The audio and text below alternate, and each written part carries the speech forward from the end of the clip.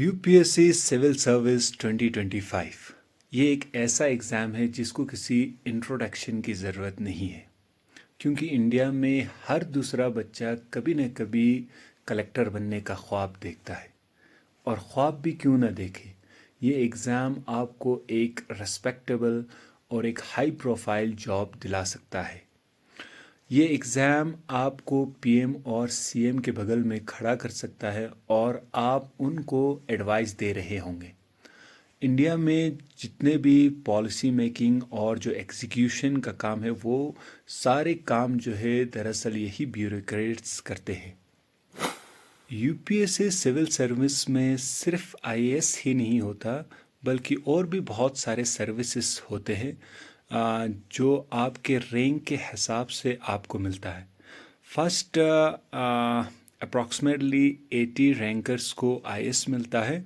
उसके बाद जो है Indian foreign service, Indian police service, इसी तरह से आपके रैंक के हिसाब से बहुत सारे सर्विसेज जो है वो आपको अलॉट किए जाते हैं।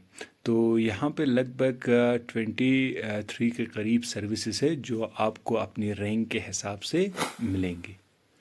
इस साल के यूपीएससी सिविल सर्विसेज एग्ज़ाम के नोटिफिकेशन आ चुके हैं 22 जनवरी को। तो आज के वीडियो में हम इसके इम्पोर्टेंट डेट्स के बारे में, वैकेंसीज़ के बारे में, एलिजिबिलिटी क्राइटेरियाज़ के बारे में, नंबर ऑफ़ अटेम्प्ट्स के बारे में, एज के बारे में, फ़ी के बारे में, इस फॉर्म को कैसे भरना है उसके बारे में, ये सारी चीज़ें हम वन बाय वन इस वीडियो के अंदर हम डिस्कस करेंगे। तो सबसे पहले इम्पॉर्टेंट डेट्स के बारे में बात कर लेते हैं। तो फॉर्म भरने की जो लास्ट डेट है वो है 11 फरवरी 2025 और ये जो है शाम के 6 बजे तक ही ओपन रहेगी। 6 बजे के बाद क्लोज़ हो जाएगा। 6 बजे के बाद आप ये फॉर्म नहीं भर पाएंगे। और जो प्री का जो एग्ज़ाम होने वाला है वो है 25 मई 2025। अगर हम वैकेंसीज़ की बात करें तो इस बार जो है 979 टोटल वैकेंसीज़ है। इसी में से 38 वैकेंसीज़ जो है पर्सन विद बेंचमार्क डिसेबिलिटीज़ के लिए रिज़र्व किया गया है। तो अब एलिजिबिलिटी क्राइटेरियाज़ के बारे में हम बात करेंगे। तो सबसे पहले हम बात करेंगे नेशनलिटी के बारे में।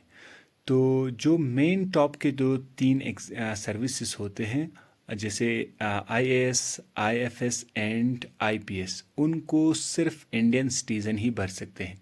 बाकी जो जितने भी सर्विसेज हैं उनमें जो है नेपाल के लोग, भूटान के जो तिब्बतियन रिफ्यूजीज़ है या जो एनआरआईस वगैरह हैं वो भी भर सकते हैं। लेकिन आईएएस, आईपीएस और आईएफएस में सिर्फ और सिर्फ इंडियन सिटीज़न ही भर सकते हैं। अगर हम एज की बात करें तो जर्नल के लिए मिनिमम जो एज है वो 21 ईयर्स का है और जो मैक्सिमम एज है वो 32 ईयर्स का है। आपकी उम्र 1 अगस्त 2025 तक 32 साल से कम होनी चाहिए। अगर हम कैटेगरी वालों की बात करें तो एससी और एसटी वालों को 5 साल की रिलैक्सेशन मिलती है। इसी तरह से ओबीसी वालों को भी 3 साल की रिलैक्सेशन मिलती है। अगर हम एक्स सर्विसमैन की बात करें तो उनको 5 साल की रिलैक्सेशन मिलती है और जो पर्सन विद बेंचमार्क डिसेबिलिटी होती है उनके लिए 10 साल की रिलैक्सेशन यहाँ पे दी जाती है। अगर हम एजुकेशनल क्वालिफ़िकेशन की बात करें तो यूपीएससी सिविल सर्विस एग्ज़ाम के लिए बस आपका ग्रेजुएट होना काफ़ी है। एक चीज़ यहाँ पे नोट कीजिए कि अगर आपने लास्ट सेमेस्टर का एग्ज़ाम दिया है और आपका अभी तक रिज़ल्ट नहीं आया है, तब भी आप जो है प्री और मेन के एग्ज़ाम जो है वो दे सकते हैं। इसी तरह से आपने अगर प्रोफेशनल कोर्स किया हो, जैसे इंजीनियरिंग वगैरह किया हो, तब भी आप जो है ये एग्ज़ाम दे सकते हैं। इसी तरह से एमबीबीएस का आपने अगर डिग्री कंप्लीट किया हो लेकिन आपने अभी इंटर्नशिप नहीं किया है, तब भी आप जो है ये एग्ज़ाम दे सकते हैं। सिर्फ शर्त ये है कि आपको अपने इंस्टीट्यूट से एक सर्टिफिकेट लाना होगा जिसमें वो आपसे कहेंगे कि आपने जो ये प्रोफेशनल कोर्स जो है ये कंप्लीट कर दिया है।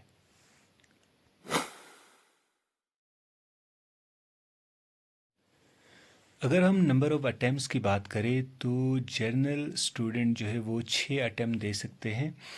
एससी एसटी वालों के लिए कोई लिमिट नहीं है। इसी तरह से OBC and person with benchmark disability जो है वो 9 अटेम्प्ट दे सकते हैं। एक चीज़ यहाँ पे नोट कीजिए कि प्री का जब आप एग्ज़ाम देते हो तो वो एक अटेम्प्ट में काउंट किया जाता है।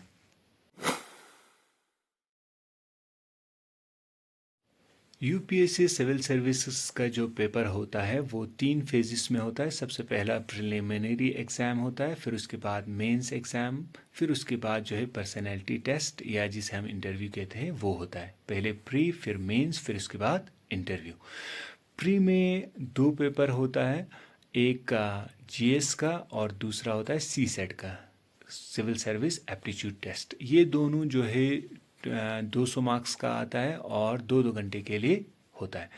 जो सी सेट का जो पेपर होता है वो क्वालिफाइंग पेपर होता है, जिसमें आपको 33% ला के क्वालिफाई करना होता है।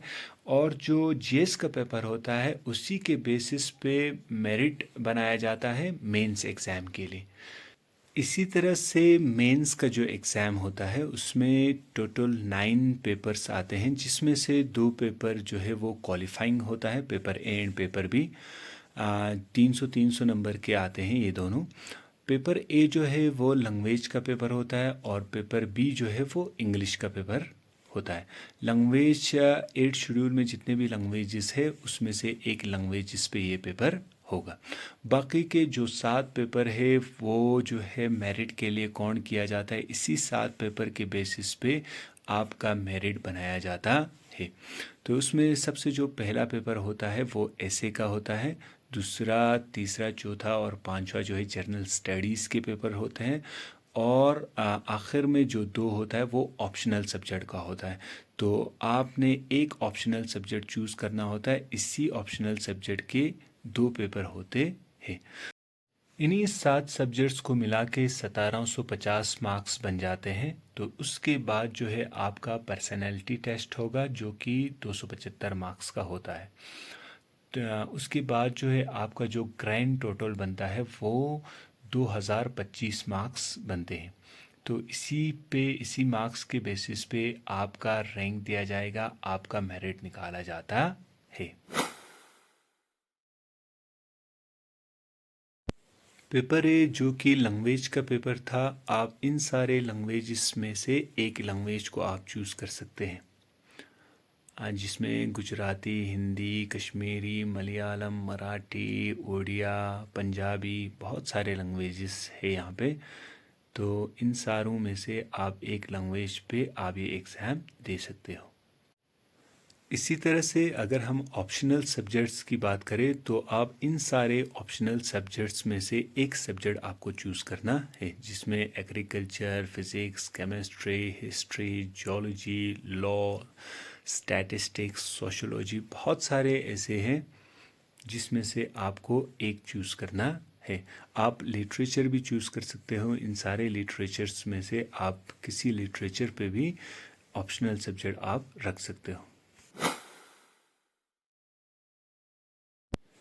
अगर हम फ़ी की बात करें तो यूपीएससी सिविल सर्विस एग्ज़ाम के लिए सिर्फ़ और सिर्फ 100 रुपीज़ फ़ी है। उसमें से भी female, SC, ST and person with benchmark disability, उन सभी के लिए फ्री ऑफ कॉस्ट है। इस बार फॉर्म भरते समय एक चीज़ का ध्यान रखिए कि जो फ़ोटो आप अपलोड कर रहे हो उस पे आपका नाम और डेट जो है वो लिखी होनी चाहिए। और ये फ़ोटो जो है एप्लीकेशन डेट से 10 दिन से ज़्यादा पुरानी नहीं होनी चाहिए और जो फेस है वो 3/4 हिस्से में आनी चाहिए। एक और चीज़ यहाँ पे ध्यान देने वाली है कि फ़ोटो में आपका जो अपीयरेंस होगा, चाहे आपने चश्मा लगाया हो, चाहे आपने दाढ़ी रखी हो, जो भी अपीयरेंस आप फ़ोटो में दे रहे हैं वही अपीयरेंस आपके प्री एग्ज़ाम के दौरान, आपके मेंस एग्ज़ाम के दौरान और इवन इंटरव्यू के दौरान भी वही अपीयरेंस आपकी रहनी चाहिए। वही दाढ़ी रहनी चाहिए, वही चश्मा रहना चाहिए। जो अपीयरेंस आप फ़ोटो में दे रहे हो वही चीज़ रहनी चाहिए। तो आखिर में हम जानेंगे कि आपने फॉर्म को कैसे फिलअप करना है। तो सबसे पहले आपको upsc.gov.in इस वेबसाइट पे जाना है, जो कि कमीशन वेबसाइट है। तो उस पे जाके आपको सबसे पहले वन टाइम रजिस्ट्रेशन आपने करनी है। ये वन टाइम रजिस्ट्रेशन इसलिए है क्योंकि आप जो फ्यूचर में जो भी फॉर्म यूपीएससी के थ्रू भरोगे तो उसके लिए आपको दोबारा से रजिस्ट्रेशन करने की ज़रूरत नहीं पड़ेगी। फिर उसके बाद आपने upsconline.gov.in पे जानी है। फिर अपना जो है वही क्रेडेंशियल यूज़ करके आपने फॉर्म को फिलअप कर देना है।